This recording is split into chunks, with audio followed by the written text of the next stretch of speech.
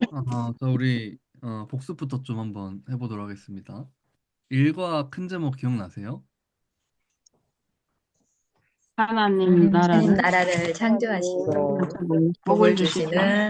주시는 하나님. 네, 좋습니다. 하나님 나라를 창조하시고 복을 음. 주셨다. 일과의 소제목, 창조자이자 창조자이자 주님. 주님이신 하나님. 주님이신 하나님, 창조자 했을 때 창조자이자 주님이시다. 두 번째는 뭐였죠? 하나님 나라에 하나님 복을 나라에 주시는 하나님. 복을 하나님. 주시는 하나님, 그리고 세 번째는 순종을 원하시는 하나님. 하나님, 하신다. 그래서 이제 하나님이 창조자이자 주님, 통치자이신 것, 그리고 그 나라의 복을 주시는 분인 것, 이런 얘기를 좀 했고, 그 복의 내용을 저희가 한 세 가지 정도로 정리했었어요. 기억이 나세요? 대리통치. 물질의 복, 관계의 복. 맞아. 네, 물질 관계 대리통치. 그런 복의 내용이 아주 풍성했다. 이것이 원래 우리가 받는 복이었고, 앞으로 새하늘 새 땅 들어가면 받게 될 복이겠죠.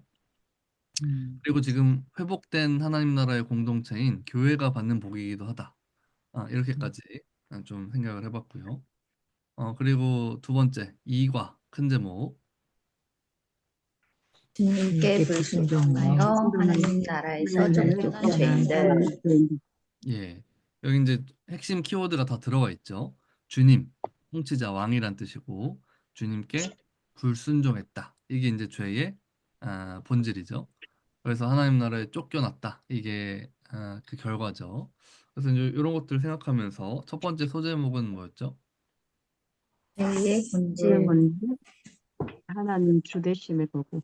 예, 주님의 하나님의 주되심에 주되심을. 대한 거부, 그다음에 두 번째는 죄의 결과, 결과 그 결과. 하나님 나라에서 하나님 추가. 나라에서의 추방, 네, 마지막은 뭐였죠? 구원, 아니 은혜, 하나님의 구원 하나님의 구원 약속. 그래서 이제 죄를 범하는 현장, 그리고 그 결과로서 그 나라에서 쫓겨나는 현장에서도 하나님께서는 은혜를 약속하셨다. 구원과 회복을 약속하셨다는 얘기를 우리 본문이 하고 있었어요. 자, 우리 그러면 이제 오늘 3과로 한번 들어가 보겠습니다. 앞에 1, 2과에서 창세기 앞부분을 좀 다뤘다면 이제는 예수님에 대한 얘기로 넘어옵니다. 그래서 이제 중간에 구약의 역사가 빠지죠. 그래서 이런 것들은 좀 다른 교재나 이런 것들을 통해서 좀 보충을 하시고 저희 기초니까요, 기초. 우리 40페이지에 있는 복음은 여기 한번 읽어보겠습니다. 시작. 복음은 하나님께서 하나님께서 우리를 우리를 위하여 위하여 하여 그의 그의 아들 아들 아들 예수 예수 그리스도를 예수님으로 화목제물로 세우셨다는 세우셨다는 라는 소식입니다. 소식입니다. 서식입니다. 네, 좋아요. 이제 화목제물이라는 단어가 나옵니다. 우리 오늘은 성경에 나오는 이 구원에 관련된 용어들을 좀 살필 텐데 이 화목제물이라고 했을 때 이게 좀 어, 어떻게 사람들에게 이해가 될까 이런 생각이 좀 들어요. 저희도 사실 알지만 약간 좀 어렵기도 하고 이제 그런 느낌이 있잖아요. 그래서 오늘 사용되는 화목제물 송량 뭐 이런 단어들 어, 이런 것들을 좀 우리 이 성경을 읽는 우리 신자들이 좀 익숙해지면 좋겠다 이런 좀 생각이 있습니다. 3과의 큰 제목을 한번 읽어보겠습니다. 시작. 우리가 우리가 받을 죄의 형벌을 형벌을 대신 대신 받으시고 받으시고 죽으신 죽으신 예수님. 예수님. 예. 여기도 이제 잘 기억을 해야겠죠. 우리가 받을 죄의 형벌을 죄의 형벌에 대한 얘기가 나오고요. 대신 받으시고 죽으셨다. 예수님께서 이제 이런 것들을 좀 생각하면서 우리 밑에 한 문단씩 한번 읽어보겠습니다. 네, 우리 화면 보면 장진숙 목사님, 송란주 전사님, 김점주 목사님 이런 순서로 한번 읽어보겠습니다. 하나님은 하나님 나라를 창조하시고 사람에게 은혜를 베푸셨습니다. 하나님의 형상을 따라 영광스럽고 온전하게 창조된 사람은 하나님이 창조하신 세상에서 안식을 누리며 살았습니다. 그러나 안타깝게도 사람은 하나님을 통치자이신 주님으로 인정하기를 싫어했고 그 뜻에 순종하기를 거부했습니다. 그 결과는 참담했습니다. 죄인이 된 아담과 하와는 하나님의 영광을 잃어버렸으며 처음에 받아 누렸던 안식도 빼앗겼습니다. 모든 것을 풍성하게 공급하던 아름다운 땅도 저주를 받았습니다. 결국 그들은 하나님 나라인 에덴 동산에서 쫓겨났습니다. 그러나 하나님은 그들을 완전히 버리지 않으셨습니다. 구원의 약속과 더불어 수치를 가릴 수 있는 가죽옷을 지어 입히심으로 소망을 갖게 하셨습니다. 약속하신 바를 반드시 행하시는 신실하신 하나님은 사랑하는 자들을 부르셔서 다시 그의 나라에 들어가는 복을 주실 것입니다. 그렇다면 그 구원의 길은 무엇입니까? 네, 우리 1, 2과를 음, 잘 요약을 하고 있죠. 우리 42페이지 첫 번째 소제목 한번 읽어보겠습니다. 시작. 의인은 의인은 없나니 없나니 하나도 하나도 없으며 없으며. 네, 이 소제목은 외우기 쉬우시죠? 음, 유명한 네. 말이죠. 밑에 음, 내용 한번 읽어보겠습니다. 로마서 3장 10절에 유명한 말씀이 나옵니다. 의인은 없나니 하나도 없으며 하나님은 이 세상에 의인이 단 한 명도 없다고 선언하십니다. 모든 사람이 죄인이라는 것입니다. 모든 사람이 다 아담처럼 하나님 나라의 주이신 하나님께 순종하기를 거부했다는 것입니다. 이 모든 것은 인류의 대표인 아담의 범죄로 인해 이 세상에 죄가 들어왔기 때문입니다. 아담으로 인해 모든 사람이 부패함 가운데 태어나고 죄를 범합니다. 성경은 사람의 이런 상태를 하나님의 뜻인 율법의 관점에서 설명합니다. 피조물인 사람은 창조자이신 하나님의 뜻대로 살아야만 생명과 안식을 누릴 수 있다는 사실을 기억하십니까? 그래서 하나님은 아담에게 한 계명을 주신 것처럼 모든 사람에게 하나님의 법을 계시하셨습니다. 이제 이 율법의 관점에서 세상의 모든 사람이 어떤 처지에 놓여 있는지를 살펴보겠습니다. 네, 밑에 로마서 3장 말씀을 보시면 우리가 알거니와 모든 율법이 말하는 바는 율법 아래에 있는 자들에게 말하는 것이다. 여기 보시면 이제 특징적인 표현이 율법 아래 있다. 이런 표현이 있어요. 그리고 그 아래 있는 자들의 반응은 어떠냐?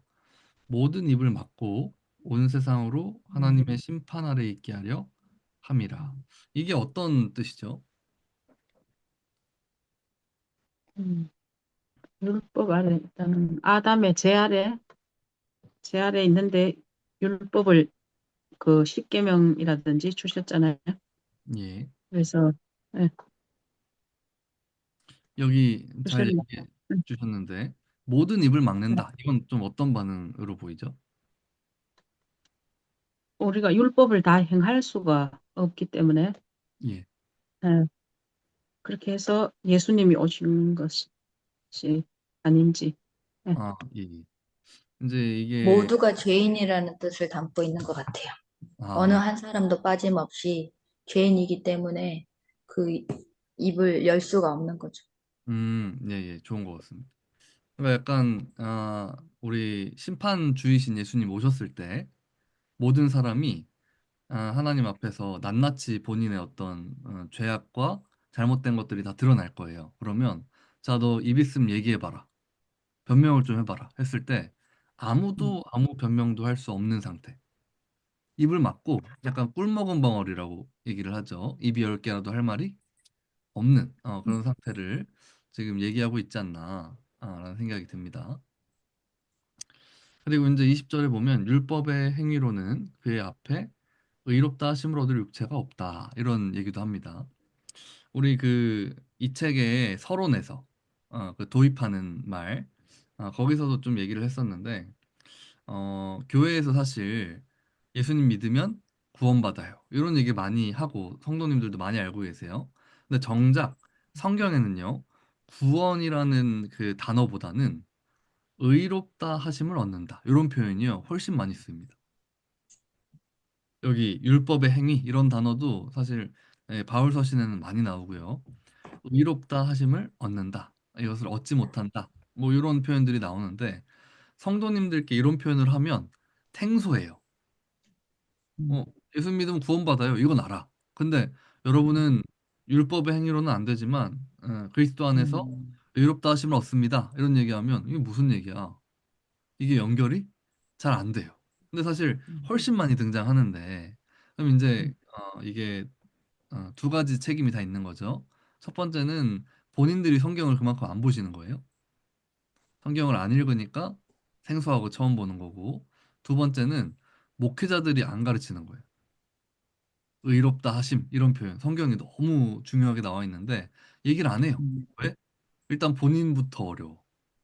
뭐 이제 그냥 예수 믿으면 구원받아요. 뭐 이런 표현으로 좀 얘기하지 않나 그런 생각이 있습니다. 제가 필기를 좀 해보려고 하는데 이게 그 잠시만요. 여기 그 제가 평신도 분들한테 복음의 기초를 할 때도 그 설명하는 방식이에요. 그래서 뭔가 좀 엄밀하게 뭐 언약적 측면이나 이런 것들을 봤을 때는 조금 오류가 있을 수도 있겠지만 그냥 설명의 편의를 위해서 보통 이렇게 좀 얘기를 합니다. 뭔가가 로딩이 되네요. 지금은 필기가 안 되는군요. 어,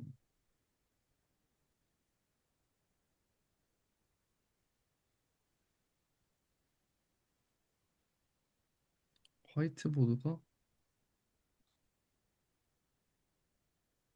네,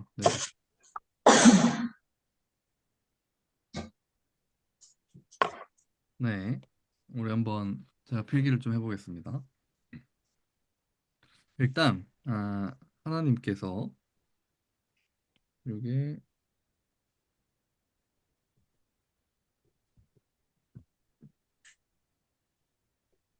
뭔가 안 도와주는군요. 잠시만요.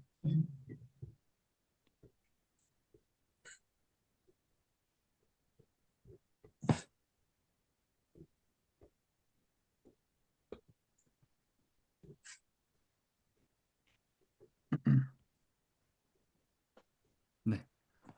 하나님께서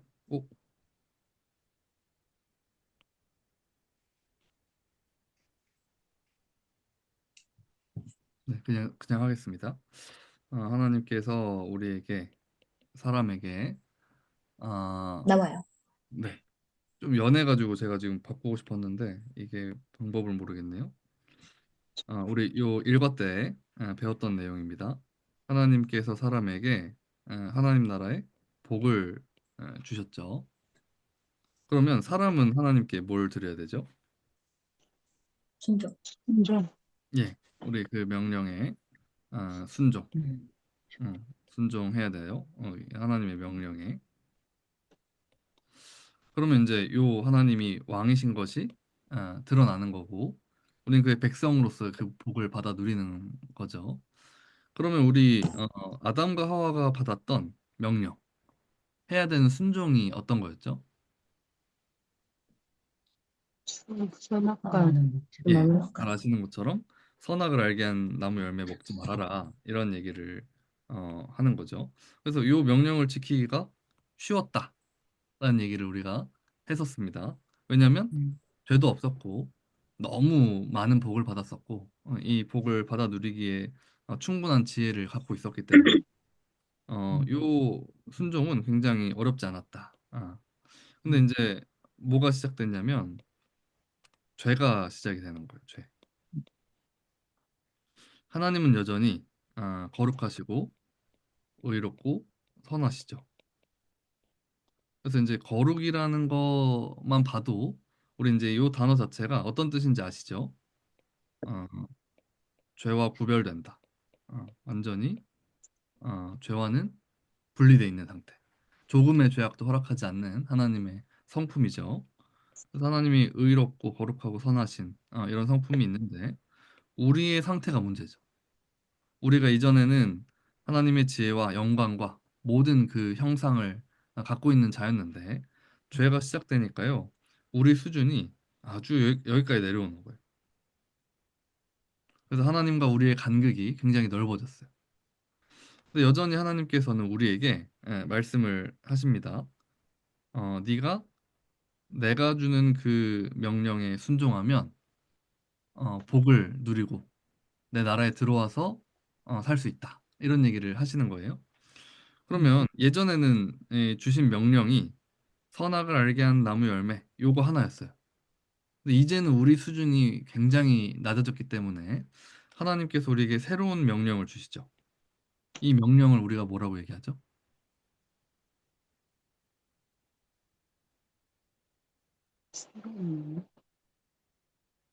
하나님이 우리에게 주신 새로운 명령. 우리 방금 이쪽에 읽은 부분에 있었습니다. 세 번째 문단에 하나님의 법인 율법을 우리에게 주셨습니다. 이제 율법은 대표적으로 십계명이라고 얘기를 하죠. 그 저 유대인들이 율법을 몇 개로 이렇게 정리하던가요? 혹시 알고 계세요? 613개. 네, 613개다. 이렇게 얘기하죠. 그러니까 이제 한 개였던 명령이 613개로 늘어난 거예요. 왜요? 우리 수준이 너무 낮아져서 타락했기 때문에 우리가 하나님께 온전히 순종하고 그분을 따르는 백성이 됐습니다라는 것을 증명하기 위해 훨씬 더 많은 명령들이 우리에게 필요하게 돼버렸어요. 상태가.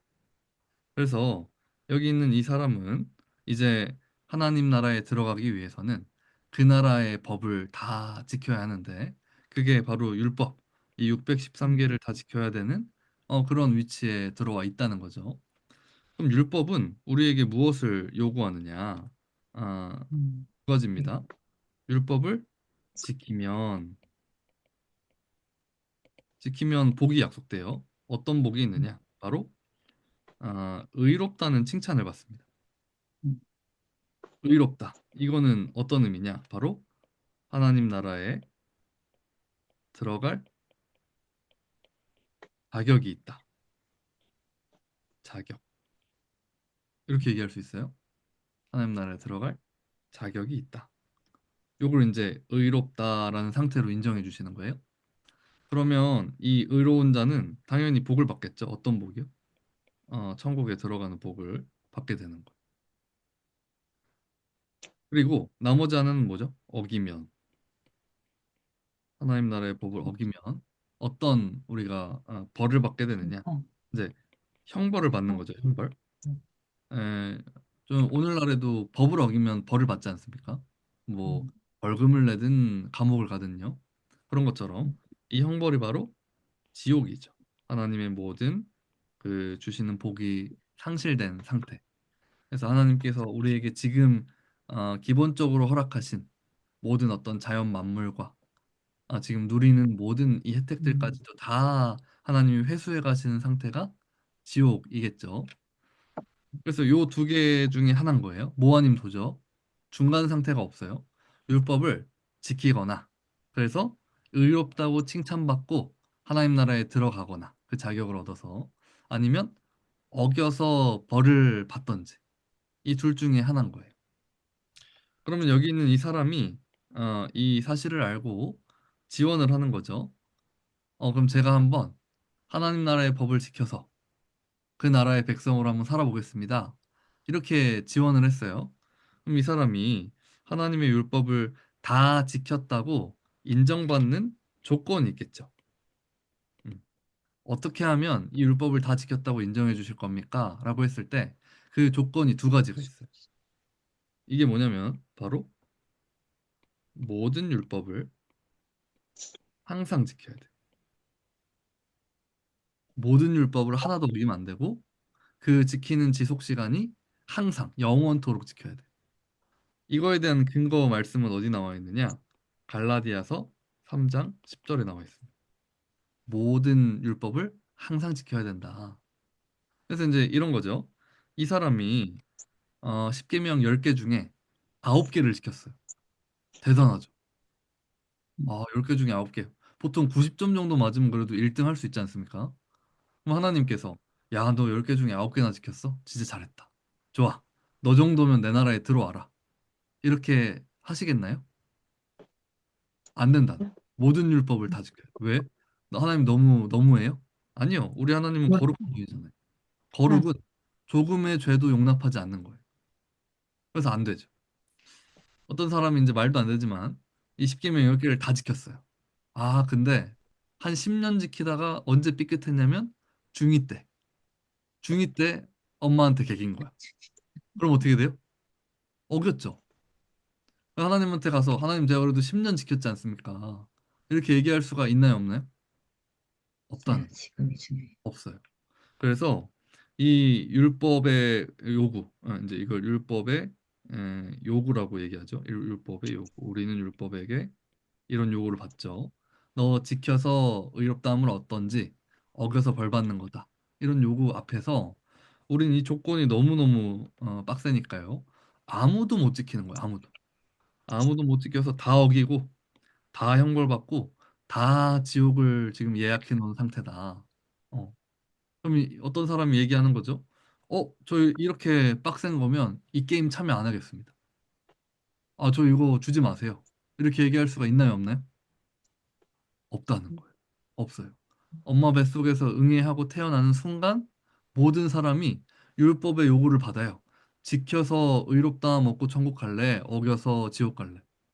근데 모든 사람이 어겨서 형벌과 지옥을 피할 수 없게 됐다는 거.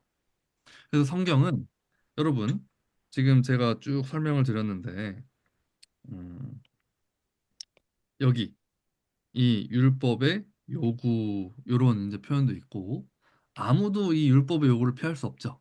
이것을 율법 아래 있다 이렇게 표현하는 거. 음, 아래 있다는 건 어떤 것의 영향력 아래 있다. 통치와 지배 아래 있다. 이제 이런 표현이죠. 율법의 요구 너 어기면 지옥 간다. 여기서 못 벗어나. 어, 요런 얘기를 하는 거죠. 그 다음에 아까 이 사람이 이 율법을 다 지켜보고자 지원했죠.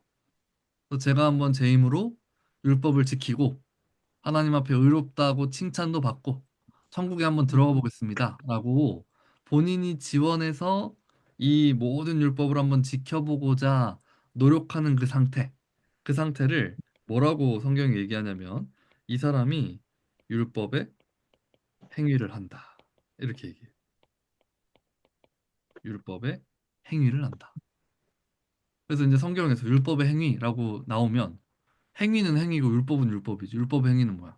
이제 이렇게 좀 의아할 수 있는데 본인 힘과 노력으로 율법을 지키고자 하는 행위. 그래서 하나님 앞에 이거 다 지켰으니 저 의롭게 인정해 주세요. 하나님 나라 들어갈 자격이 있다고 인정해 주세요.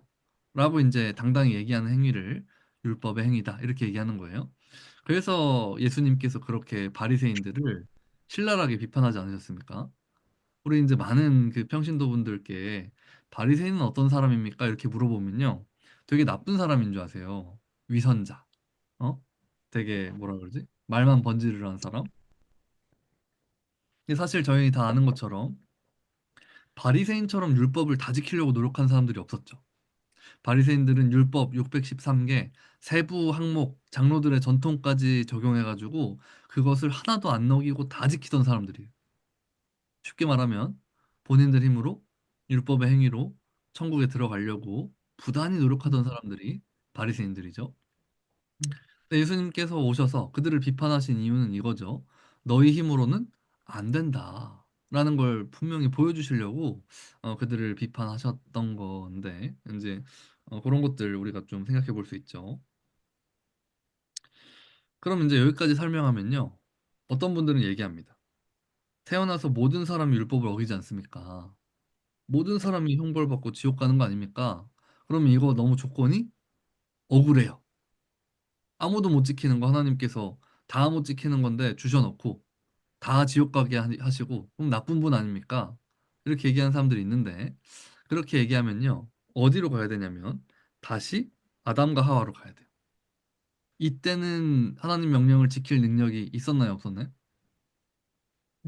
있었죠. 근데 그거 빵 차버리고 나온 게 우리예요. 그래서 상황이 지금 악화된 거예요. 그래서 이것을 누구에게 탓할 수 없다. 이제 굳이 원망을 할 거면 아담을 원망해라. 이제 이렇게 얘기를 해주고 있습니다. 그래서 이제 그 제가 누구를 가르치든 요 3과를 시작할 때 요 설명을 쭉 한번 하고 내용을 들어가요. 근데 이제 평신도 분들의 이해를 돕기 위해서 좀 이렇게 설명을 했고, 제가 좀 바라기는 혹시나 우리 이제 듣는 목사님들은 또 이 교재를 통해 누구를 가르치실 수도 있잖아요. 그래서 누구를 가르칠 때 사실 이런 어떤 단어들, 그다음에 어떤 흐름들을 본인 방식으로 정리하셔서 그렇게 쭉 안 보고도 설명할 수 있을 정도로 잘 이렇게 정돈을 하시면 어떨까 그런 생각이 있습니다. 그래서 이제 이런 것들 쭉, 근데 지금 쭉 어떤 얘기인지는 아시겠죠? 또 이런 흐름들로 지금 예전엔 이랬는데 1, 2과 내용에서는 이런 복을 받고 이런 작은 명령이었는데 이게 지금 우리에게 이런 상태가 됐구나 라는 내용들을 좀 설명을 해줘야 이 3과의 내용, 4과의 내용이 좀 수월하게 진행이 될 것 같습니다. 혹시 여기서 뭐 다른 질문 있으신가요?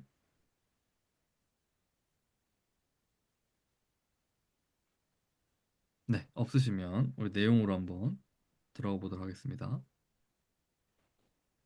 율법은 하나님이 모세를 통해 이스라엘 백성에게 주신 것입니다. 율법은 하나님의 뜻으로서 하나님의 백성이 마땅히 순종하며 살아야 할 하나님의 법입니다. 그렇게 율법은 어떤 것이라고 말할 수 있습니까? 네, 밑에 말씀에 힌트가 있죠. 네. 어렵, 읽어볼까요? 네, 어렵다고 이루어내 써난 네, 감사합니다.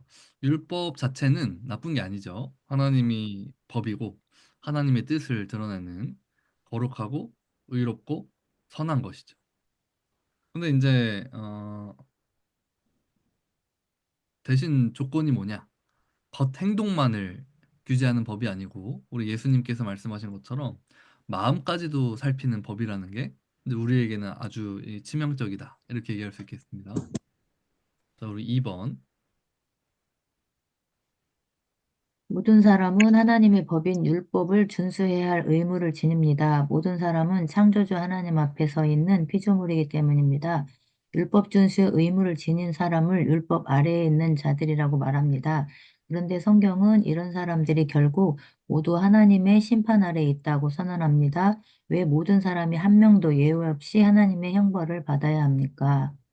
네, 왜 그렇죠? 죄를 하나님의 말씀에 불순종한 아담의 후손이기 때문에 죄인이기 때문에 예업 형벌의 대상입니다. 네, 오늘 잘 얘기해 주셨죠.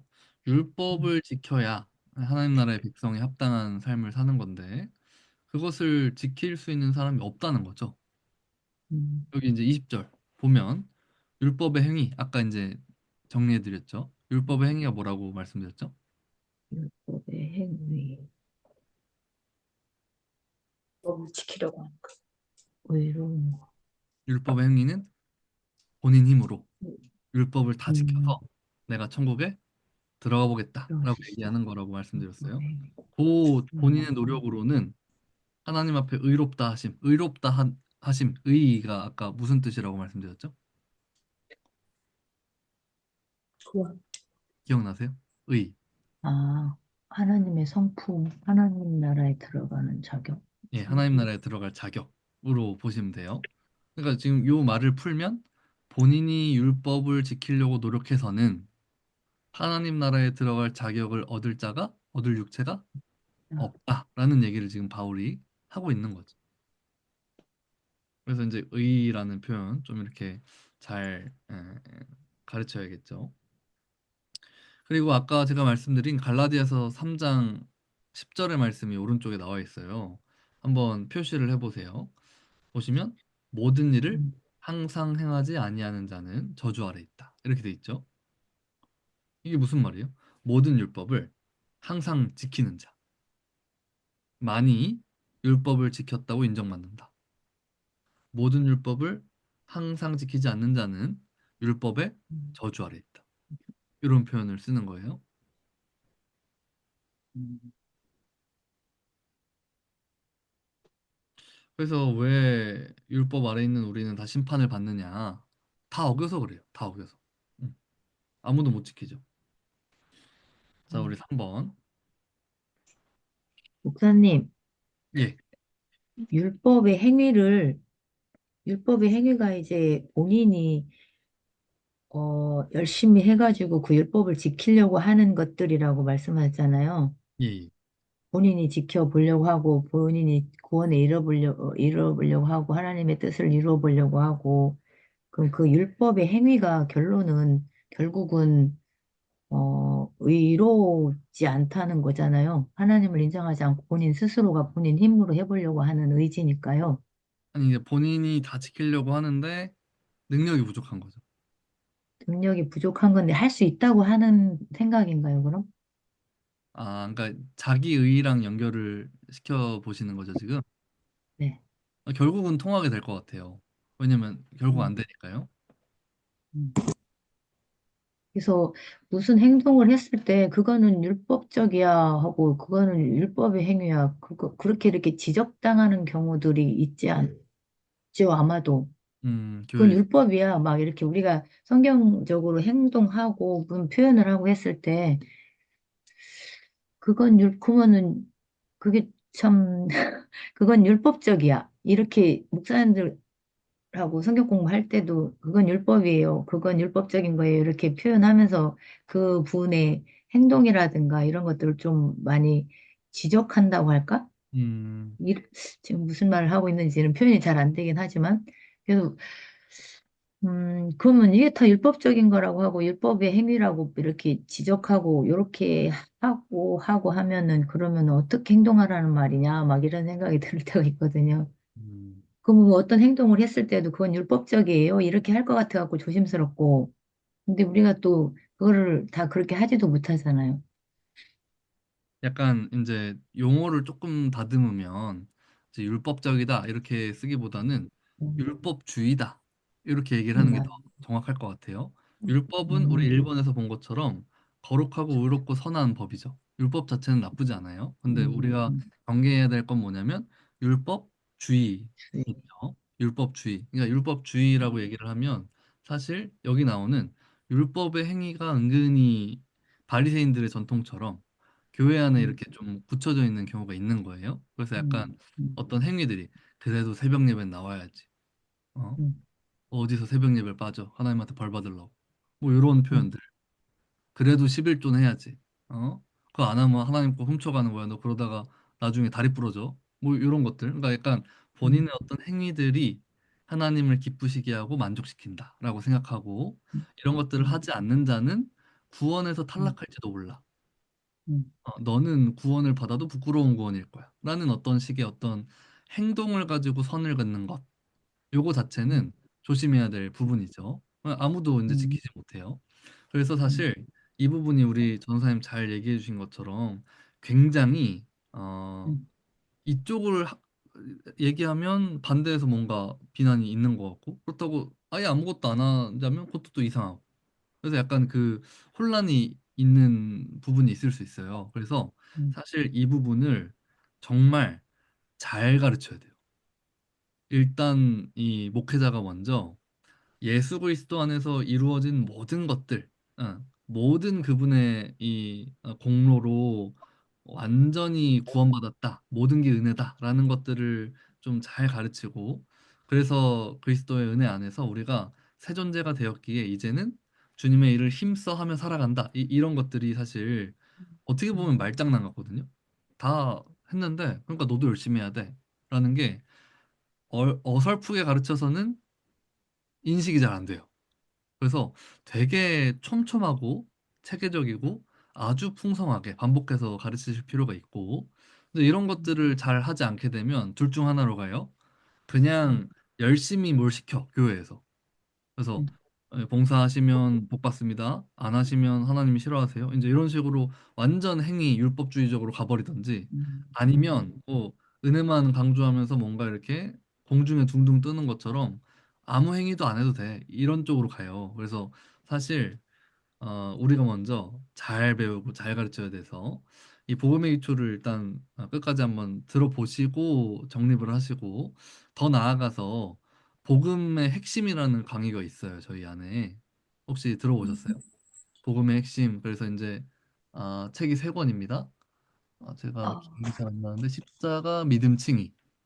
십자가 믿음 칭의라는 그 복음의 핵심이라는 교재가 요건 이제 25강으로 구성이 돼 있고 여기서 좀 더 자세히 다루는 거예요. 철저히 은혜로만 구원받는 게 어떤 거며 그래서 그러면 내가 교회에서 하는 교회 생활이나 행동들은 의미가 없어? 라고 했을 때 그게 어떤 차이가 있는 건지 이런 것들을 더 자세히 다뤄요. 그래서 이제 복음의 기초 일단 한번 쭉 한번 정립하시고 그런 것들 다음 강의로 이제 이런 것들은 사실 저희가 저자 직강 강의도 판매를 합니다. 그 한 책의 사람 홈페이지에 책 판매하는 홈페이지가 있어요. 그래서 제가 책 장사를 하는 건 아니지만 어쨌든 이제 혹시나 이따가 한번 링크를 그러면 걸어 드릴게요.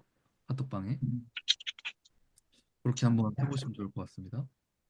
우리 아니, 3번. 근데 이거를 그냥 한마디로 얘기해서 아까 단어가 나왔는데, 근데 거기 세 사람이 되기 전에 이런 우리가 교회에 그냥 이렇게 하는 것들을 그냥 뭐 평소에 예배 드리고 뭐 예배 의식만 가지고는 종교인이 되잖아, 그제? 음, 내가 마음에 변화가 없는데 그 변화가 있다는 것은 새 사람이 된 거잖아요. 예. 예. 새 사람. 그러니까 그 분기점이 새 사람이 된 후에 하는 행위와 그 전에 하던 것과는 조금 그 하나님이 받으시는 우리 심령일까, 받지 않는 심령일까, 그걸로 차이가 나지 않을까요? 음, 그런 차이도 있는데 이 네, 복음이 이제 좀 희미해지거나 이러면 새 사람인데도 약간 율법의 행위처럼 할 수 있어요. 그렇죠. 예수님 믿고 습관처럼. 구원 받았는데도 뭔가 네, 새벽 예배는 네, 가야 좀 더 예뻐해 주실 것 같고 그렇죠? 근데 약간 그런데 본인이 자기도 모르게 이렇게 좀 무게를 싣고 있다면 그래서 구원 행위를 하고 안 하고 때문에 하나님께 더 칭찬받고 멀어지고 구원에 가까워지고 이런 생각이 이제 우리 안에 있다면 사실은 예수님 믿고 새 마음이 생겼는데도 불구하고 율법의 행위처럼 우리를 막 옥죄일 수 있다. 그래서 이제 그런 것들을 사도 바울이 아주 크게 질책했던 게 갈라디아서죠. 갈라디아서. 너희가 다른 복음에 그렇게 빨리 빠졌다. 예수 십자가 복음을 밝히 봤으면서도 어떻게 그렇게 돌아섰냐 이런 얘기를 막 하고 있죠. 그래서 그런 것들도 같이 이제 연구해 보시면 좋겠죠. 우리 3번을 보시면 율법을 다 못 지킵니다. 죄인이 되었고 하나님 나라에 결코 들어갈 수 없는 자, 에덴 동산에서 쫓겨난 자, 하나님의 심판 아래 놓여 영원한 저주를 받을 자가 됐다. 이것을 이제 피할 수 없다면 어떤 심정이겠는가라고 얘기를 하죠. 어떤 심정일까요? 슬픈 음, 심정. 하나님을, 예, 하나님을 네. 그 밑에 있으니까 주님으로 인정하지 않고 불순종, 불순종하는 것이며, 음, 하여튼 죄는 하나님의 법인 율법을 어긴 것이라고 예, 정의할 수 있다. 이렇게 나네요. 네, 밑에 도움말 잘 읽어주셨죠. 그래서 사실 이제 제가 평신도 분들이랑 할 때는 여기서 좀 멈춰서 한번 생각해 보자. 여러분이 정말 이 하나님 앞에 죄인과 심판과 저주 아래 있다는 게 믿어지냐? 이러면 너 심정이 어떻겠냐? 여기를 이걸 먼저 짚고 넘어가야 된다라는 것들을 좀 강조해요. 그래서 우리가 죄인이고 하나님 앞에 심판을 피할 수 없는 자라는 게 너무 분명하게 드러나야만 뒤에 나오는 예수님의 십자가 복음이 은혜이고 감사이지. 이 내 죄인됨이 인정되지 않으면 뒤에 복음 별로 안 고마워. 그냥 그래서 이제 이런 비유도 해요. 뭐 물건 하나 샀어요. 인터넷에서. 근데 사은품으로 뭘 주는 거예요. 그럼 약간 이런 느낌 아닙니까? 사은품은 있으면 좋지만 없어도 그만이죠. 그래서 뭐 쓸만하겠네 이러고 서랍에 넣어놓고 까먹어요. 이런 것처럼 내가 죄인됨, 하나님 앞에 심판 앞에 지금 놓여 있다. 그 앞에서 덜덜 떨면서 나 이대로 죽겠구나. 라는 이 심각한 고민을 해보지 않은 사람이라면 하나님의 구원, 그의 아들을 주심이요 감사하지 않다는 거예요. 그래서 이제 우리 이걸 먼저 좀 묵상해 보자. 이런 것들 먼저 좀 여기서 짚고 얘기를 하는 편입니다. 그래서 우리에게도 너무 필요한 내용이죠. 그래서 그 은혜를 아시니까 다 여기까지 오셨을 테고. 그래서 우리 이 은혜를 먼저 좀 붙들고 아, 하나님의 심판 앞에 놓인 자였구나. 그래서 우리 예전에 다들 그런 경험씩 한 번씩 있지 않으십니까? 이 주님 앞에 엎드려서 철저히 울면서 나의 죄를 고백하고 그래서 이 죄 때문에 덜덜 떨어보고 그래서 막 강조합니다. 저는 막 여러분 이것 때문에 밥도 안 넘어가야 됩니다. 잠도 막 설치고 와 진짜 주님 오시면 나 바로 지옥이구나. 피할 길이 없구나. 어떡하나. 이제 이런 고민과 걱정들 한번 해보셨냐고. 음, 그런 것들이 너무 우리에게 필요하다. 이제 그것을 목적으로 해서 우리는 어떤 심정이 되겠습니까? 이렇게 묻고 있는 거겠죠. 아주 절망스럽고 힘든 상태겠죠. 자, 우리 이거 생각하면서 44페이지 한 단씩 읽어보겠습니다. 우리는 하나님이 법인 율법을 다 지킬 수가 없습니다. 이 세상에서 아무리 선한 사람이라도 한평생을 온전히 선한 마음과 선한 행동으로 살 수 없습니다. 이 세상에서 아무리 의지가 강한 사람이라도 하나님의 선하신 뜻인 율법을 한평생 지킬 수가 없습니다. 아니, 더 정확히 말한다면 율법을 기준으로 볼 때 우리는 날마다 율법을 어기는 지극히 큰 죄인인 것입니다. 어떤 사람은 이렇게 말할 것입니다. 나는 한 번도 율법이란 것이 있는지도 몰랐고 그것을 지켜야 하는지도 몰랐는데 왜 갑자기 율법이란 기준을 제시해 나를 죄인으로 몰아가는가? 이에 대한 답은 다음과 같습니다. 하나님은 창조주이시며 우리는 피조물입니다. 모든 사람은 창조주 하나님의 뜻에 순종하며 살아야 할 의무가 있습니다. 이러한 의무와 아무 상관없는 자들에게 뜬금없이 율법을 제시하시는 것이 아니라 원래부터 우리 모두는 율법 아래에 있었습니다. 또한 율법을 몰랐다고 하더라도 변명할 수 없습니다. 하나님은 율법을 알지 못하는 사람에게도 율법의 역할을 하는 양심을 주셨기 때문입니다. 양심이 하나님의 법을 알게 하고 그것으로 각 사람의 마음과 행동을 판단합니다. 하나님은 이렇게 말씀하십니다. 너는 내가 사람의 본성에 심어 놓은 양심에 어긋나는 생각이나 행동을 한 적이 없느냐? 나는 그 양심에 따라 너를 심판하겠다. 우리 모두는 하나님 대신 자신을 하나님의 자리에 내세웠던 죄인입니다. 누가 하나님의 심판을 피할 수 있겠습니까? 죄인인 우리는 하나님에게 심판받아 하나님 나라에서 추방되었습니다. 뿐만 아니라 하나님 말씀대로 마지막 심판 때 영원한 형벌을 받을 운명에 놓여 있습니다. 우리가 하나님께로 나아갈 수 있는 길은 어디에도 없습니다. 하나님 나라에 들어갈 수도 없고 하나님이 주시는 생명과 안식과 평강과 기쁨을 누릴 자격도 없습니다. 그렇기에 남은 것은 절망과 탄식뿐입니다. 이것이 하나님 앞에 선 죄인의 모습입니다. 바로 우리 자신의 모습인 것입니다. 누가 아니라고 항변할 수 있겠습니까? 우리의 마음과 행위를 돌아볼 때 거룩하신 하나님께 합당하다고 누가 생각할 수 있겠습니까? 우리는 주님이신 하나님을 예배하지도 않았고 그분의 뜻에 순종하지도 않은 죄인입니다. 하나님의 심판을 받아도 아무런 할 말이 없는 자들입니다. 네, 우리 일과 내용을 좀 정리하면서 그래서 이제 죄라는 것이 결국 하나님께 불순종하고 그분을 주로 인정하지 않는 것이며 또 동시에 그분의 율법을 지키지 않는 것 이렇게 이제 연결해서 설명할 수 있겠죠. 그래서 우리 이제 아이들 가르치고 이렇게 설교하고 하실 때도 사실 유치부나 초등부 이런 친구들 가르칠 때는 좀 행동으로 많이 죄를 가르치잖아요. 그래서 뭐 옆에 있는 친구 때리면 안 돼요. 그 하나님이 싫어하세요. 죄 짓는 거예요. 부모님 말씀 순종해야 돼요. 교회에도 잘 나와야 돼요. 이런 얘기 하고 그거 안 지키면 죄예요. 이렇게 얘기를 합니다.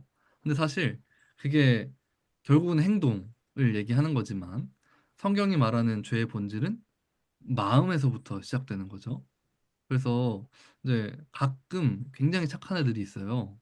그래서 크게 누구랑 싸우지도 않고 예배도 잘 나와. 그럼 이제 본인 스스로 마음에 생각하는 거죠. 난 왜 죄인이지? 난 다 지키는데? 이제 이렇게 갈 수 있기 때문에 우리가 잘 가르쳐야 된다. 이제 죄가 뭔지 이런 것들. 그다음에 이제 혹시 이런 얘기하는 분들 들어보셨습니까? 우리 전도합시다. 이렇게 얘기하면 어떤 분은 이렇게 얘기하는 거예요. 아, 제 옆집 분은 옆집 이웃은 교회 안 다니는데 예수님 믿는 사람들보다 더 착해요. 법 없이도 살겠어. 어? 저 사람 굳이 예수님 안 믿어도 되지 않습니까? 이런 얘기를 막 한다는 거예요. 그럼 여러분 이제 우리가 할 말이 있고 못 할 말이 있는 건데 몰라도 너무 모르는 거죠.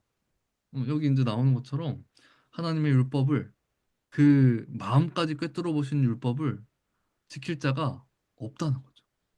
근데 이런 것들을 우리 분명히 잘 가르치고 인식하고 있지 않으면 이제 이상한 얘기들이 막 나온다. 어, 얘기할 수 있습니다. 자, 우리 일과 소제목 내용, 아니, 저 첫 번째 소제목 내용이 뭐였죠? 방금, 의인은 없나니 하나는 없나니. 없으니 예, 의인은 없나니 하나도 없다. 죄에 대해서, 죄인에 대해서 다뤘습니다. 두 번째 소제목 같이 한번 읽어보겠습니다. 시작. 복음 복음 복음 곧 화목 제물 대신 제물 하나님을 대신 예수 예수 예수 그리스도. 그리스도. 그리스도 네. 이제 화목제물이란 단어가 등장을 음, 합니다. 복음, 기쁜 소식, 곧 화목제물 대신 예수 그리스도. 우리 밑에 한번 읽어보겠습니다. 뭐지? 네, 전사님이신 것 같죠? 뭔가요? 아무런 소망도 없이 절망 가운데 살 수밖에 없는 우리에게 기쁜 소식이 전해졌습니다. 바로 우리 같은 죄인도 구원받을 수 있다는 소식, 곧 하나님 나라에 들어갈 수 있다는 복음입니다. 하나님께서 우리를 불쌍히 여기셔서 구원의 길을 열어주신 것입니다. 어떻게 그것이 가능합니까? 하나님의 법인 율법에 불순종한 죄인인 우리가 어떻게 의인만 들어가는 하나님 나라에 들어갈 수 있습니까? 그것은 바로 율법 외에 주어진 방식입니다. 우리는 율법을 지켜서 그것으로 의롭다고 인정받는 방식으로 이미 불가능하다는 것을 잘 압니다. 그런데 율법의 방법이 아니라고 합니다. 하나님의 은혜로 다른 길을 열어주셨다고 합니다. 그것은 어떤 길입니까? 도대체 무슨 일이 일어났기에 우리 같은 죄인이 모든 죄를 사함받고 의롭다함을 얻을 수 있게 되었습니까? 네. 밑에 본문 보시면 이제는 21절을 이렇게 시작하죠. 근데 우리 아시겠지만 헬라어 원어에 보면 앞에 이제 그러나가 들어 있습니다. 대가 있죠, 대. 그러나 이제는 이렇게 얘기를 하는 거예요.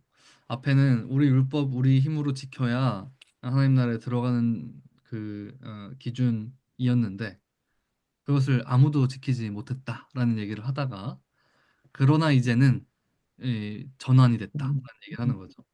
율법 외에 하나님의 한 의가 나타났다.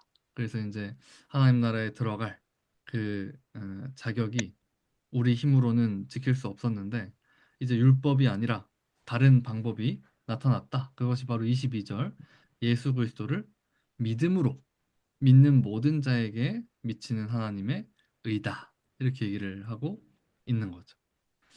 그래서 이제 여기서 이제 복음이 제시되죠. 여기 보면 24절에 속량이다. 이렇게 얘기해요. 그다음 25절 보면 그의 피로써 믿음으로 말미암는 화목제물로 세우셨다. 이렇게 얘기합니다. 그럼 이제 속량, 화목제물 이런 단어 우리가 좀 어, 의미를 명확히 해야겠죠. 속량, 화목제물 요거 이제 단어를 어떻게 좀 쓰고 계시죠?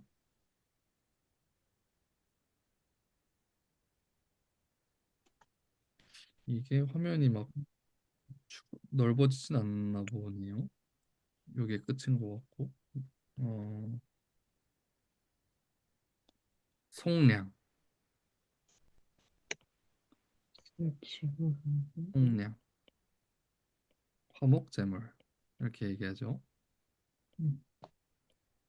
일단 속량이란 단어가 어떤 뜻이죠?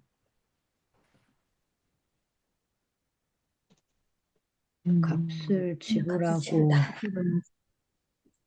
예. 값을 지불하고, 값을 지불하고 이제 사오는 거. 그래서 이제 음, 뭐 노예나 그죠?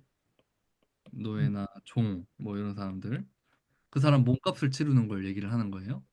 음, 값을 지불하고 그 사람을 자유케 음, 사오는 거.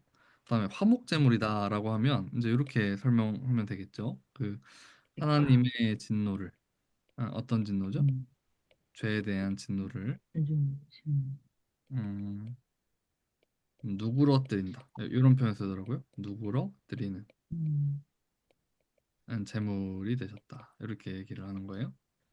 음, 그러니까 여기서 이제 분명히 알 수 있는 것은 하나님이 죄에 대해 진노를 하신다는 사실이고 그 죄의 결과로서 분명한 형벌이 따라온다라는 것들을 성경이 얘기하고 있고 그것을 대신해서 누그러뜨리기 위한 제물로서 예수님이 십자가에 죽으셨다라는 걸 분명히 얘기를 한다는 거예요. 자, 우리 이거 생각하면서 1번부터 한번 풀어보겠습니다.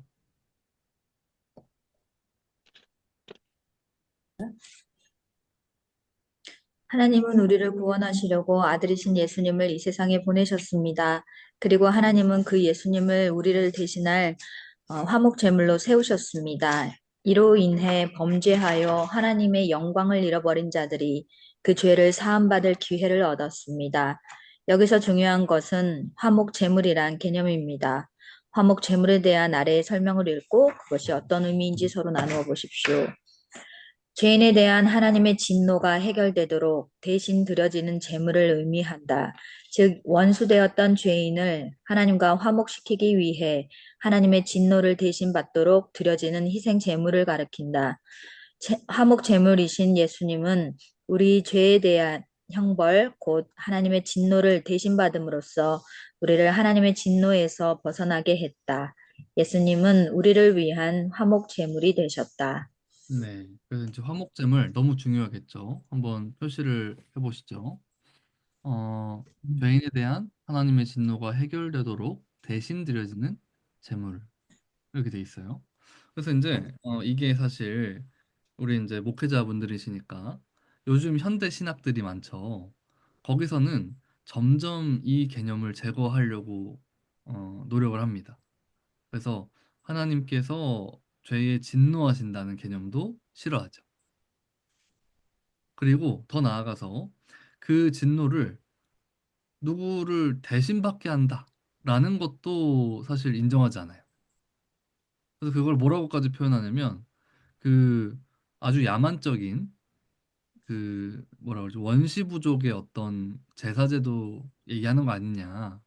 그래서 옛날에 무슨 원시 부족 이런 거 보면 사람을 막 잡아서 제물로 바치잖아요. 그래서 그래야 우리의 이제 모든 이 재앙을 막아준다 이러면서 막 어린 소녀들이 가가지고 대신 묶여서 죽고 그런 걸로 비하해요. 그런 옛날의 어떤 풍습들을 지금 얘기하는 거지. 하나님 그런 분 아니다.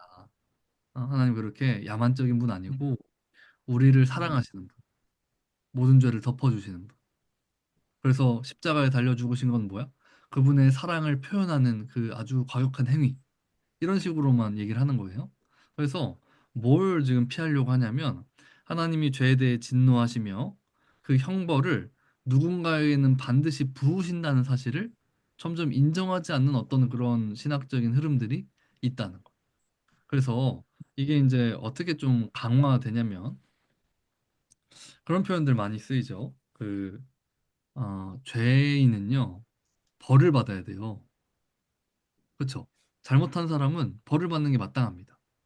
근데 자꾸 이제 죄가 어떤 개념으로 가냐면 연약함, 어, 부족함 이제 이렇게 가는 거예요. 그다음에 이제 질병처럼 취급이 돼요.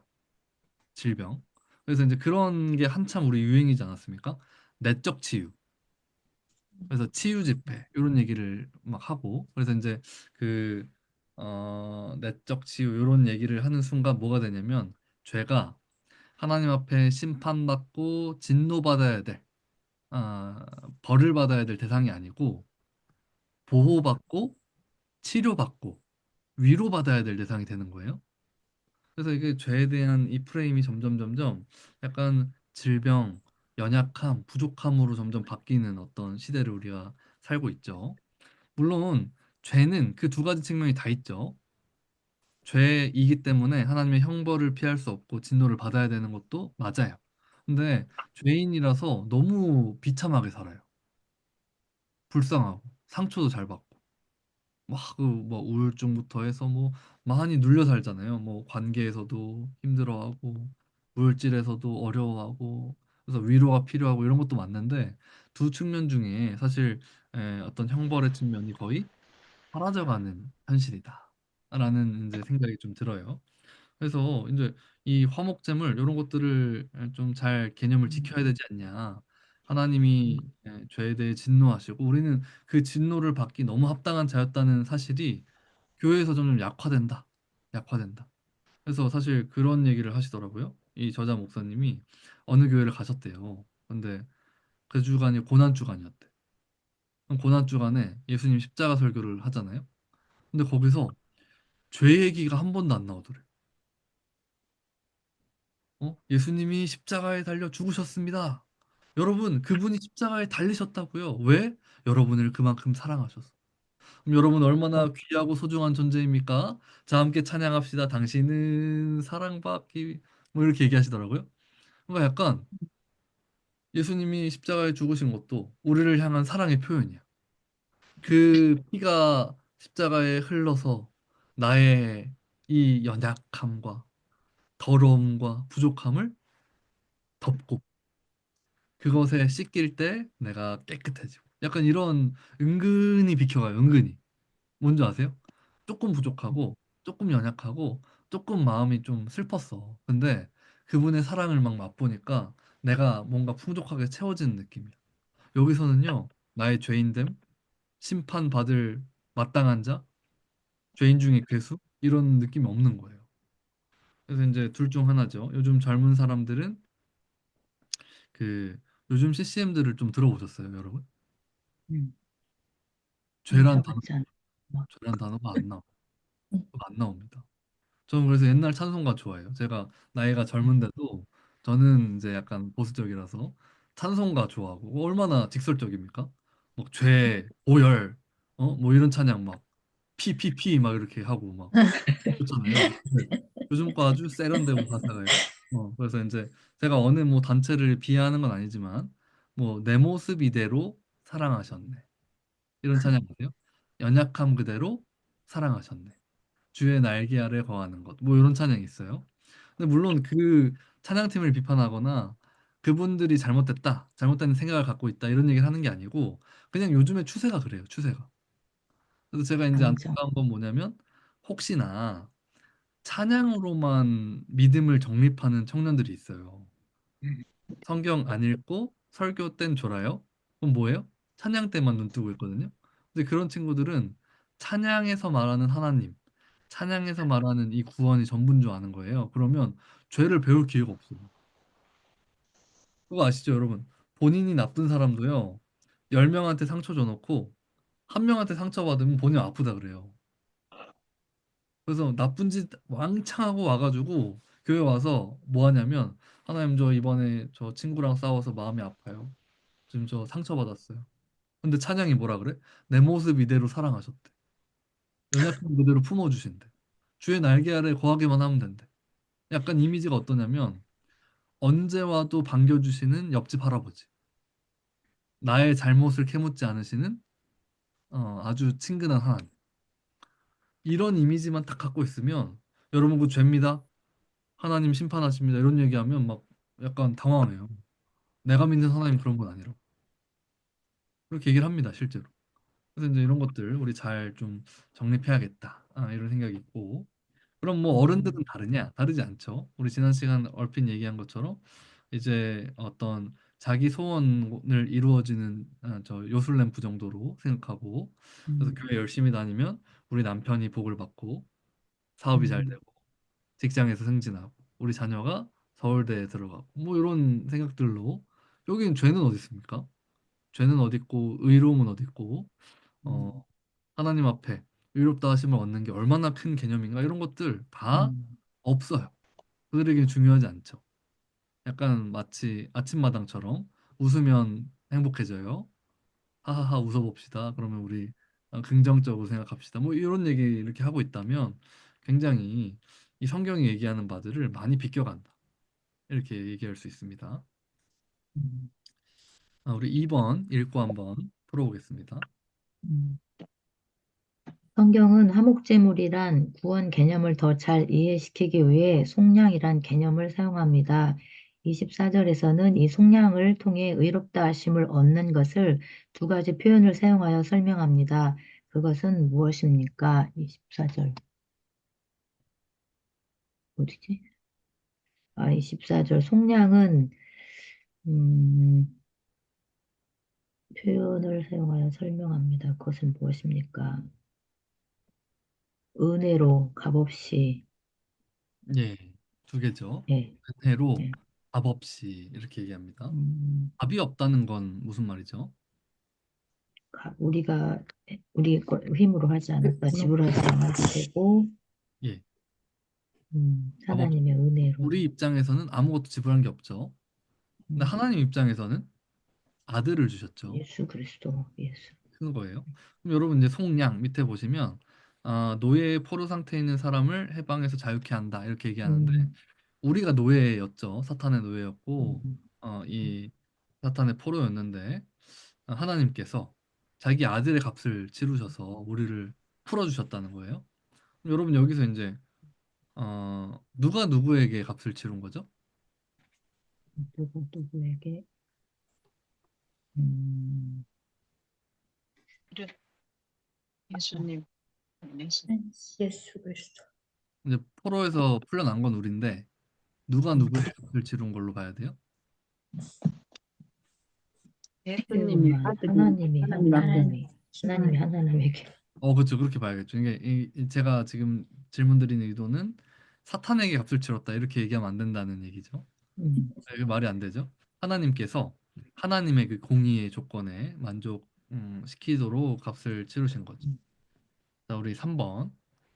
음, 우리를 죄와 저주에서 해방시키는 속량을 위해서 예수님이 화목 제물이 되셨다는 것은 결국 그분이 십자가상에서 우리를 위한 대속적 죽음을 죽으셨다는 것을 가리킵니다. 예수님이 죽음이 우리를 위한 속량이 되기 위해서는 우리는 어떻게 해야 합니까? 네, 밑에 그의 빨간 피로선 글씨로 읽. 믿음으로 말미암는 우리말 성경에는 의롭게 되는 음, 것은 예수의 피를 믿음으로써 이루어집니다. 번역이 되어 있다. 그러므로 참된 믿음은 예수님의 피, 곧 예수님의 죽음이 어떤 죽음인지를 알고 믿는 믿음이다. 그래서 하나님이 예수님을 화목제물로 세우셨고 그것이 우리의 속량이 된다는 성경 말씀을 믿는 것은 대단히 중요하다. 네. 그래서 우리가 가르쳐야 되는 이 복음의 핵심이죠. 예수님 믿으면 구원받아라고 했을 때 그 믿음이 어떤 믿음이냐? 우리를 대신한 화목제물 되셨다는 거. 우리가 받아야 될 죄의 형벌을 대신 받으시고 죽으신 분이 예수님이다. 원래 저기 달려 있어야 될 사람은 난데 내가 저 하나님의 심판과 진노를 받아야 되는데 그것을 대신 받으셨다라는 걸 분명히 가르쳐야 된다. 그래서 우리 이제 목사님들이니까 좀 말씀드리면 이 우리를 대신해 죽으셨다 또는 우리를 위하여 죽으셨다라는 말이 다른 개념인 걸 아세요? 우리를 대신해 죽으셨다라는 건 이 형벌 대속의 의미를 잘 담고 있는 건데 우리를 위하여 죽으셨다는 건 사실 그런 의미까지는 안 갈 수도 있어요. 음, 우리의 죄를 대신 받으시고 죽으신 게 아니고 우리를 위해서 왜? 우리의 사랑이 너무 큰 걸 보여주셔야 돼. 퍼포먼스. 우리를 향한 희생, 그 섬김, 그분의 사랑이 무엇으로 막 증명됐냐? 십자가에 달리는 저 행위를 통해 증명됐다. 그럼 그건 우리 죄를 대신한 거야? 그건 아니야. 이렇게 막 아주 이 논의를 흐리면서 막 들어가는 어떤 신학적 주장들이 있는 거예요. 그래서 그런 얘기를 만약에 한다면 사실 믿음의 내용이 잘못된 거죠. 우리를 대신해 주셨다는 거 분명히 이제 좀 얘기를 해야 할 것 같습니다. 그 다음에 우리 제가 아까 잠깐 놓치고 넘어갔는데 그 45페이지 다시 가보시면 율법 외에 21절에 로마서 3장 21절에 율법 외에 하나님의 한 의 이러면서 이제 예수 그리스도를 믿는 믿음 얘기를 하고 있죠. 그러면 여기서 우리가 한번 좀 짚고 넘어가야 될 게 이렇게 오해를 할 수 있다는 거예요. 아, 구약 시대에는 율법을 지켜야 천국 가는 거였는데 여기 이제 안 되니까 하나님이 대폭 방법을 바꿔주셔가지고 이제는 믿기만 하면 천국 가는 거구나. 이렇게 이제 이해하면 이거는 오해겠죠. 구약에는 내가 율법을 다 지켜야 가는 거였어. 근데 이제는 애들이 하도 못하네. 오케이, 그럼 아들을 보낼 테니까 얘를 믿기만 해 하면서 이 우리가 지켜야 되는 율법의 조건이 하나로 줄어들었다. 이렇게 이제 오해를 하면 안 되겠죠. 그럼 이걸 이제 어떻게 좀 설명하면 좋을까요? 율법 전체를 지켜야 되는 건 여전히 이전이나 지금이나 똑같죠. 근데 그것을 우리가 지켜야 되는데 우리가 못 지켜요. 그래서 누가 대신 지켜주시는 거예요? 예수 그리스도. 예수님이 다 지키시고 다 지키신 그 자격, 하나님 나라에 들어갈 자격을 우리 것인 것 마냥 선물해 주시는 거죠. 그 내용을 우리 뒤에 이제 5과 6과 때 좀 살펴보겠습니다. 그래서 사실 이게 이제 엄밀히 지금 언약신학적 관점에서 보면 제 말에는 오류가 있어요. 이미 아담과 하와 이후에 이 아브라함을 부르실 때부터 이미 은혜죠. 이미 은혜. 무슨 말이에요? 그때부터 예수 그리스도를 믿음으로 구원을 받는 거예요.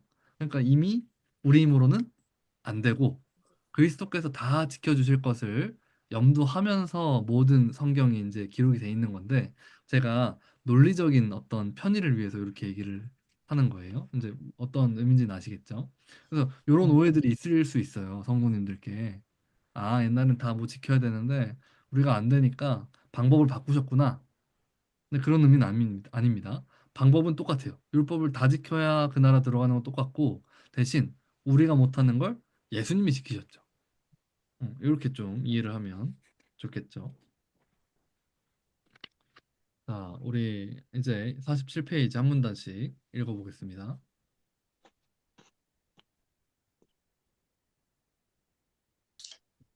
성경은 선언합니다. 이 뭐죠? 네, 성경은 네. 선언합니다. 하나님께서 예수 그리스도를 화목 제물로 세우셨다. 화목 제물이 무엇입니까? 화목 제물은 죄인인 우리가 받아야 할 죄의 형벌을 대신 받아서 크고 두려운 하나님의 진노를 피할 수 있도록 드려지는 희생 제물을 의미합니다. 화목 제물은 죄인으로서 원수되었던 우리를 하나님과 화목시키기 위해 드려지는 희생 제물입니다. 예수 그리스도께서 십자가에 죽으심으로 바로 그 화목제물이 되셨습니다. 우리가 받아야 할 죄의 형벌을 예수님이 대신 받으신 것입니다. 이것이 바로 예수님의 십자가 죽음의 의미입니다. 우리는 이것을 형벌, 대속적 죽음이라고 부릅니다. 예수님의 죽음이 어떤 죽음인지 분명히 알리고 싶을 때 이 표현을 사용하십시오. 우리 대신 예수님이 십자가에서 죽으심으로 우리는 죄와 사망의 지배에서 해방되었습니다. 하나님이 우리를 화목제물로 세우심으로 우리를 속량하신 것입니다. 하나님은 왜 우리를 위해 이런 엄청난 일을 행하셨습니까? 어떻게 이런 놀라운 일이 일어난 것입니까? 성경은 이 복음이 주어진 것이 하나님의 은혜라고 말합니다. 더군다나 우리는 아무 값도 치르지 않고 이 모든 혜택을 누립니다.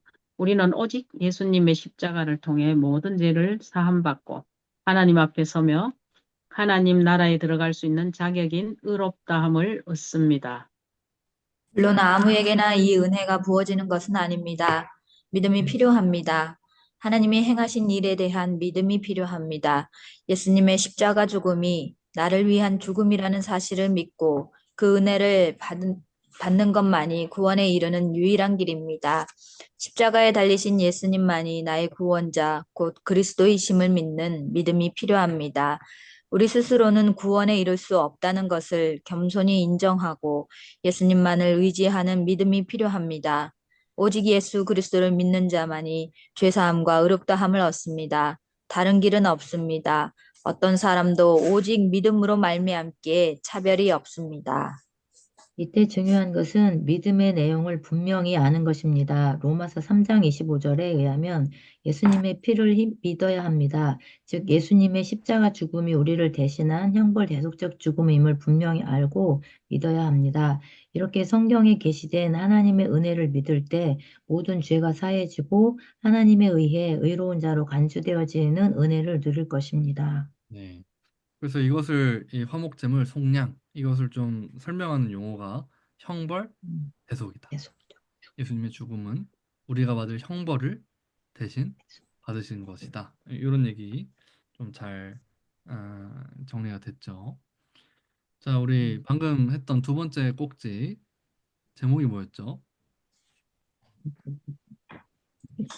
화목 제물 대신 예수 그리스도. 네, 음, 복음 곧 화목제물 되신 예수 그리스도에 대해서. 근데 복음 기쁜 소식이라고 했을 때 그 핵심이요 화목제물 되셨다는 얘기라는 것이죠. 자, 우리 마지막 꼭지 세 번째 한번 읽어보겠습니다. 시작. 하나님의 공의와 사랑이신 사랑이신 예수 예수 그리스도 그리스도. 예. 우리 여기 한번 내용 읽어주세요. 예수 그리스도의 십자가 죽음을 생각할 때 우리는 다음과 같은 생각을 할 수 있습니다. 예수님이 꼭 그렇게 비참하게 죽으셔야만 우리를 구원하실 수 있나? 그냥 좀 편한 방법으로 할 수는 없는가? 만일 이런 생각을 한다면 아직도 사태의 심각성을 알지 못하는 것입니다. 우리가 하나님 앞에서 얼마나 큰 죄인인지에 대해 감각이 없는 것입니다. 또한 거룩하신 하나님이 이런 죄인에 대해 어떤 반응을 하시는지에 대해서도 전혀 알지 못하는 것입니다. 거룩하신 하나님은 어떤 죄도 용납하지 않으십니다. 하나님의 완전한 거룩함과 의로움이라는 기준을 따라 죄인을 판단하십니다. 그리고 그 죄된 행위에 따라 반드시 죄인을 벌하십니다. 이것을 우리는 하나님의 공의라고 부릅니다. 우리는 죄인으로서 이 공의의 하나님이 행하실 심판을 두려워합니다. 그러나 하나님은 이런 면만 있지는 않습니다. 다행스럽게도 하나님은 사랑의 하나님이시기도 합니다. 그래서 우리가 죄를 범했음에도 불구하고 자기 아들을 보내셔서 우리의 죄를 대신 담당하게 하시고 우리를 용서하셨습니다. 이 모든 것을 생각할 때 우리는 하나님의 사랑과 지혜에 감탄하지 않을 수 없습니다. 네. 여기 이제 잘 읽은 것처럼 이런 의문을 가지기도 한다는 거예요. 아니, 하나님이 꼭 아들을 죽이셨어야 됐나? 그냥 음, 하나님이잖아요. 그분이 정하기 나름 아닙니까? 그래서 약간 이럴 수 있죠. 자, 예수님 딱 오셨을 때, 자, 줄 서. 나랑 하이파이브 한 번씩 하면 다 구원이야. 탁탁탁탁. 이러면 다 구원. 허그 한 번씩 하고. 뭐, 이러면 구원받을 수 있지 않았나. 왜 굳이 죽었어야 됐나? 라는 얘기를 한다면, 뭘 모른다는 거예요? 죄가 죄에 대한 얼마나 심각함. 심각한지. 아니 그 공의로우신 하나님께서 생각할 때 이 방법이 아니면 자기 아들이 죽지 않으면 우리를 구원할 수 없다고 판단을 하셨다는 거죠. 그러니까 이것만 봐도 여기 이제 두 번째 문단에 사태의 심각성 얘기를 했던 것처럼 하나님이 죄를 얼마나 끔찍하게 싫어하시는지에 대한 감각이 우리에게 없는 거예요. 하나님은 조금의 죄도 용납할 수 없고 그 죄를 그냥 넘어갈 수도 없는 분이죠. 이거를 공의롭다 이렇게 얘기를 하죠. 그래서 이제 이 공의로움 이라는 거 사실 이제 어떤 사람들은 얘기합니다. 에이 그 째째하다 하나님 쪼잔하다. 어떻게 자기 안 따라간다고 자기 안 믿는다고 막 그렇게 다 죽이냐 이렇게 얘기를 하는데 사실 여러분 우리는 사실 우리 마음에 믿지 않는 사람도요 공의로움에 대한 그 갈망이 있어요. 그쵸? 공정한 사회. 잘못한 사람은 벌을 받는 게 마땅하다라는 것들이 너무 강해요. 그래서 요즘에 이제 연예인들이나 유튜버들 뭐 하나 조금만 잘못해도 댓글에 아주 욕이 그렇게 달립니다. 왜요? 잘못하면 너 방송 그만하라는 거예요. 제가 얼마 몇 개월 전에 봤던 사건 중에 아주 끔찍한 그 기사를 봤는데 어떤 이제 그 자취하는 20대 여자가 있었던 것 같아요. 그 사람이 남자친구랑 데이트를 마치고 집에 들어왔어요. 근데 집에 계단을 이렇게 엘리베이터 타고 복도를 쭉 걸어가는데 뒤에서 그 오토바이 배달부가 본인을 따라오는 것 같더래요. 그래서 좀 이상하다 이러면서 이제 갔는데 딱 본인 집 비밀번호 치고 문 열고 문을 닫으려는 순간 딱 문을 잡아채가지고 열어서 들어왔다는 거야. 그래서 막 비명을 질렀대요. 그러니까 비명 소리를 듣고 여자친구를 마중해주고 집에 돌아가려던 남자친구가 호다닥 올라와서 근데 집에 들어온 거예요. 그럼 어떻게 됐느냐? 이 오토바이 배달부가 헬멧을 쓴 채로 흉기를 들고 있었어. 그래서 이 남자에게 이 상해를 입히고 여자를 성폭행했다. 그래서 이 남자는 이 어디를 잘못 칼을 맞아서 평생 이제 장애인으로 살아야 되는 상황이고 여자는 또 여자대로 피해를 봤다. 이런 기사를 제가 본 적이 있습니다. 혹시 그런 사건 들어보셨나요? 올해 초에 있었다고 하죠. 그럼 보고 너무 끔찍하죠. 그러면 그런 사건들이 달리면 댓글에 다 뭐라 그러냐면 저런 사람 진짜 풀어주기만 해봐라. 사형시켜라. 저런 사람한테 인권이 뭐가 필요하냐. 영원히 사회에 격리시키고 무기징역 때려야 된다. 사형 때려야 된다. 이런 이제 댓글들밖에 없어요. 이런 댓글은 없어요. 그래도 뭔가 상황, 사정이 있었겠지. 한 번만 봐줍시다. 이런 얘기 안 한다는 거예요. 우리 안에 믿든 믿지 않든요. 공의로움에 대한 갈망이 있어요. 근데 굳이 하나님한테만 다들 에이 째째하게 쪼잔하게 자기 안 따라간다고 벌을 내리십니까? 이런 얘기 한다면 굉장히 이중적인 거예요. 하나님은 공의로우십니다. 죄에 대해서는 절대 용납하지 않으세요. 그것은 반드시 심판을 내리는 게 아주 마땅하다는 거예요. 근데 여기서만 끝났다면 우리는 다 죽었겠죠. 다 죽어요. 모든 사람 죄인이에요. 근데 이 예수님의 십자가 위에서 우리는 두 가지를 동시에 볼 수 있다는 거예요. 하나님의 그 아주 공의로우심, 십자가에서 자기 아들을 처절하게 버리시고 죽이시는 그 공의로우심. 근데 동시에 거기에 우리가 달리지 않았잖아요. 그 모든 죄를 그의 아들이신 예수님께 모두 전가하시고 대신 그 짐을 지게 하셨다는 게 이 놀라운 사랑인 것이죠. 그래서 이 십자가, 그 십자가에 달리신 예수 그리스도는 하나님의 공의와 그분의 사랑을 다 드러내는 것이다. 이렇게 얘기할 수 있습니다. 자, 우리 1번부터 한번 풀어보겠습니다.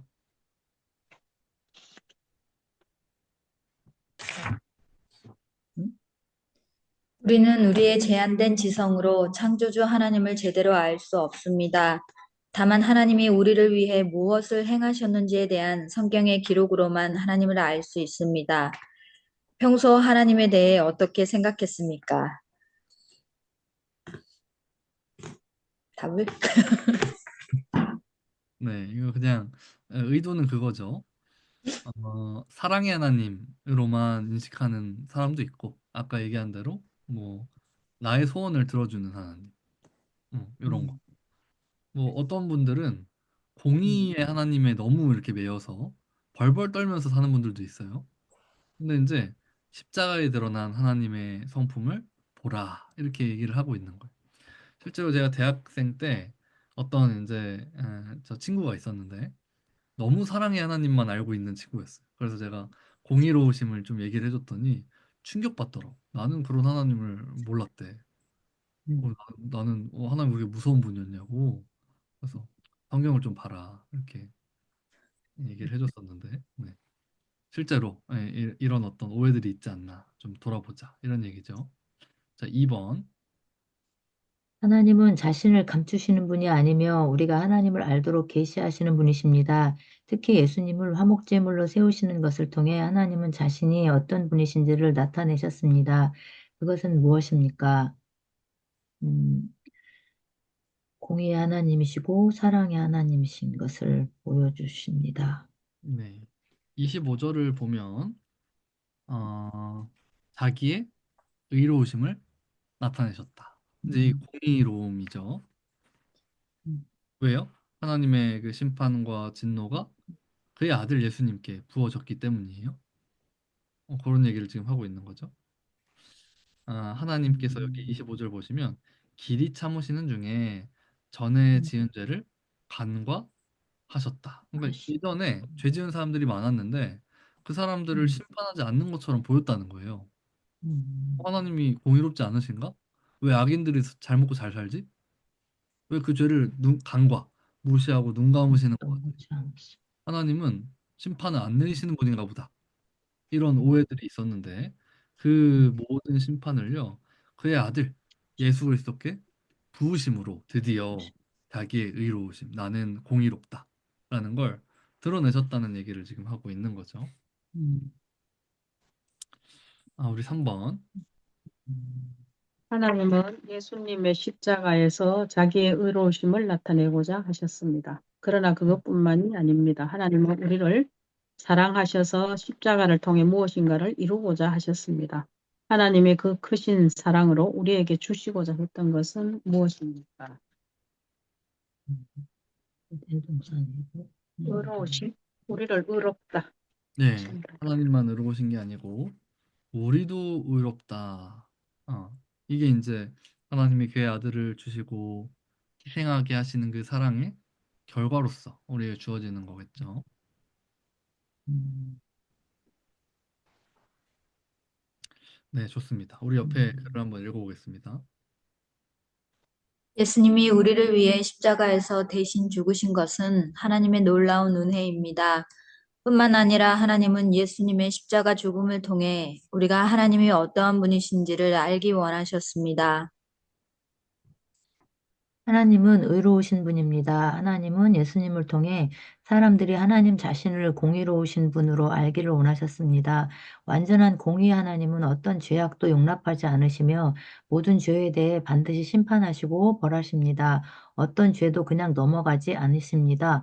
우리의 죄를 용서하시는 방식도 하나님의 공의에 합당해야 합니다. 그래서 죄가 없는 의로우신 예수님이 우리를 대신해 가장 극악한 죄인처럼 십자가에서 죽으셨습니다.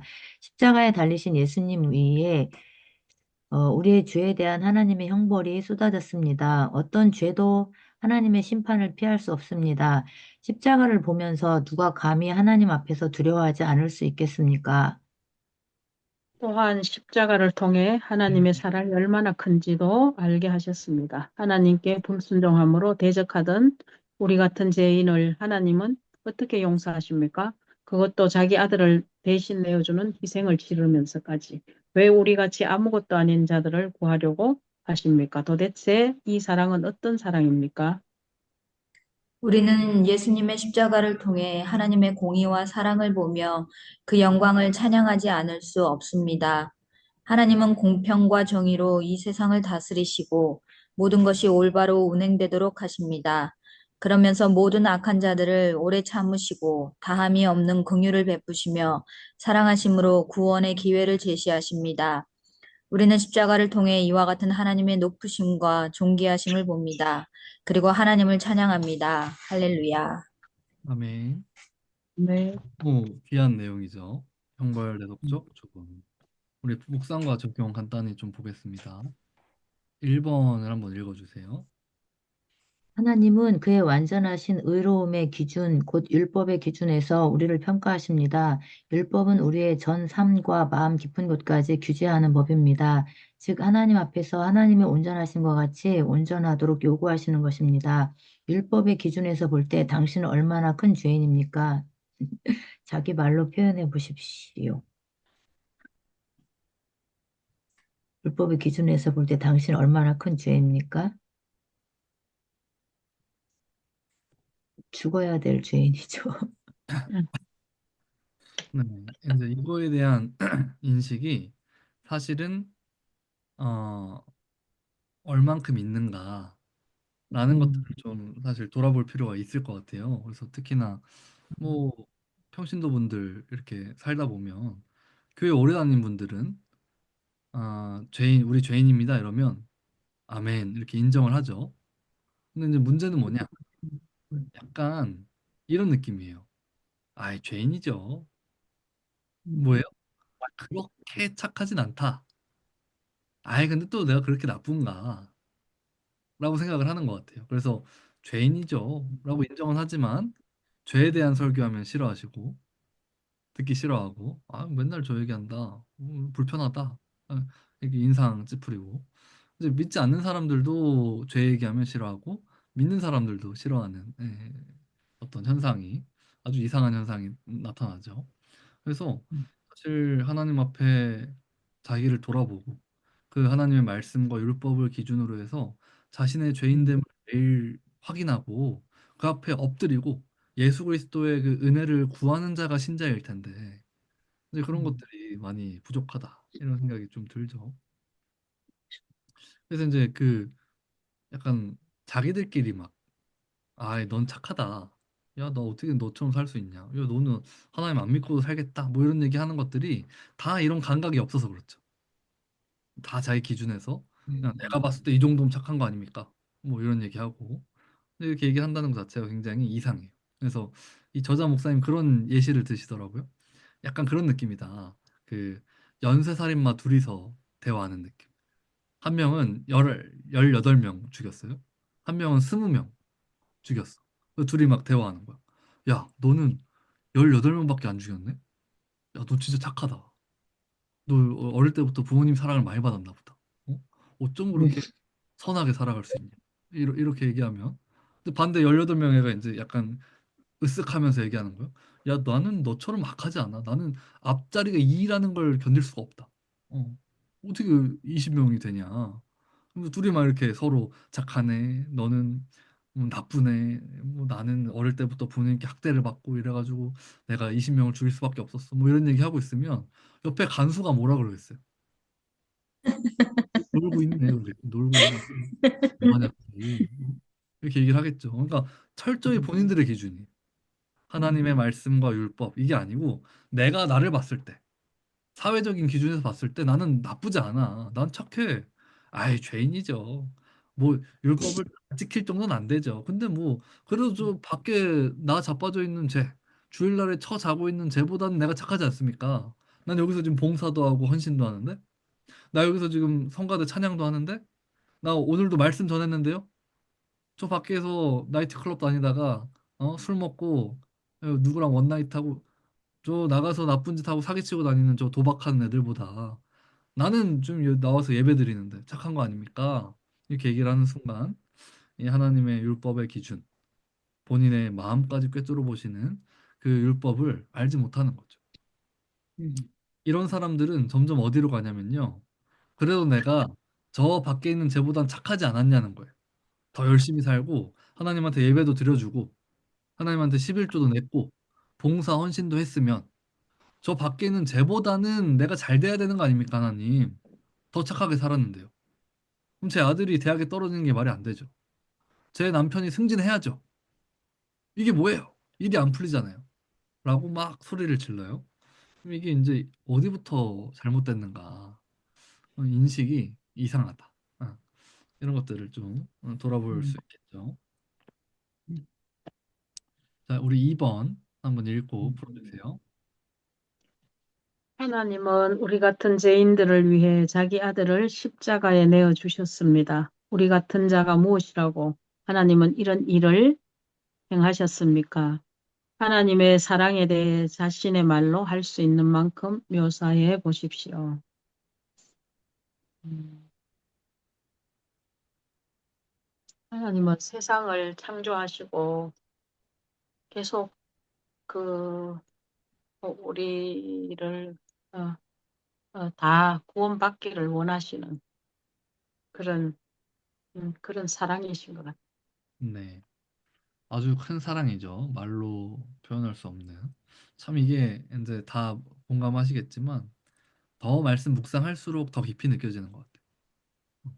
약간 얕게 아는 사람들은 그 사랑을 크게 못 느끼는 것 같아요. 그래서 우리 더 말씀 묵상하고 더 잘 가르치고 그래서 우리 성도들도 이런 하나님의 사랑에 거할 수 있도록 잘 해야 될 것 같습니다. 우리 3번 보시면 이런 내용이죠. 거룩하신 하나님께서 그 죄를 아들이신 예수님께 담당시키셨다. 그러면 우리는 이제 어떤 자로 살아가야겠냐? 이전과 같이 살 수 없겠죠. 이제 그런 측면들을 한번 잘 생각해 보자. 이렇게 얘기를 하고 있습니다. 우리 이제 54페이지부터는 한번 읽어 보시기 바랍니다. 요거 이제 좀 논의가 더 전개되는 거죠. 사탄에 대한 승리 부분입니다. 자, 우리 3과를 좀 살폈는데요. 큰 제목이 뭐였죠? 우리가 우리가 받을 죄의 형벌을 대신 받으시고 죽으신 예수님. 우리가 받을 죄의 형벌이 있다는 거예요. 죄에는 그걸 대신 받으셨다. 라는 것들이죠. 첫 번째 소제목은 의인은 없나니 하나도 없으며.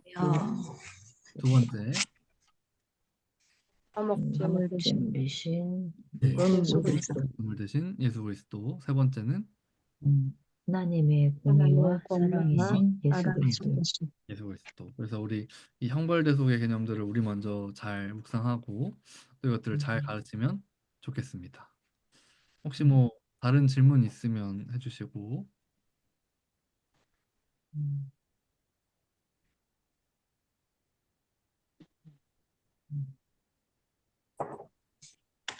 없으면 우리 마무리 기도를 오늘 제 화면에서 앞에 있는 장진송 목사님께 부탁을 좀 드리겠습니다. 참으로 좋으신 하나님 감사합니다. 또 오늘의 공부를 통하여서 저희들이 또다시 한번 주님의 사랑을 깨닫게 됩니다. 하나님, 저희들은 죽을 수밖에 없는 죄인이었다는 이 사실을 다시 한번 깨닫게 하여 주시옵소서. 죄로 인하여 죽을 수밖에 없는, 형벌을 받을 수밖에 없는 정말 처절한 죄인임을 깨닫게 하시고 그 죄를 대신하여 죽으신 예수 그리스도의 사랑을 알게 하여 주시옵소서. 그래서 그 사랑 잘 전하는 자 되게 하여 주시옵소서. 배운 것을 잘 가르치고 잘 전하여 정말 여기 있는 많은 영혼들이 하나님의 사랑을 깨닫게 하기를 원합니다. 그들이 죄에서 떠나가기를 원합니다. 주님의 말씀 잘 전하게 하시옵소서. 목회 현장에서 정말 복음의 그 본질들을 잘 전할 수 있는 목회자들 다 되게 하여 주시옵소서. 감사드리며 예수님 이름으로 기도합니다. 수고 많으셨습니다. 고맙습니다. 수고하셨습니다. 다음 주에도 같은 시간에 하겠습니다. 네, 종료하도록 하겠습니다. 수고 많으셨습니다. 감사합니다. 감사합니다.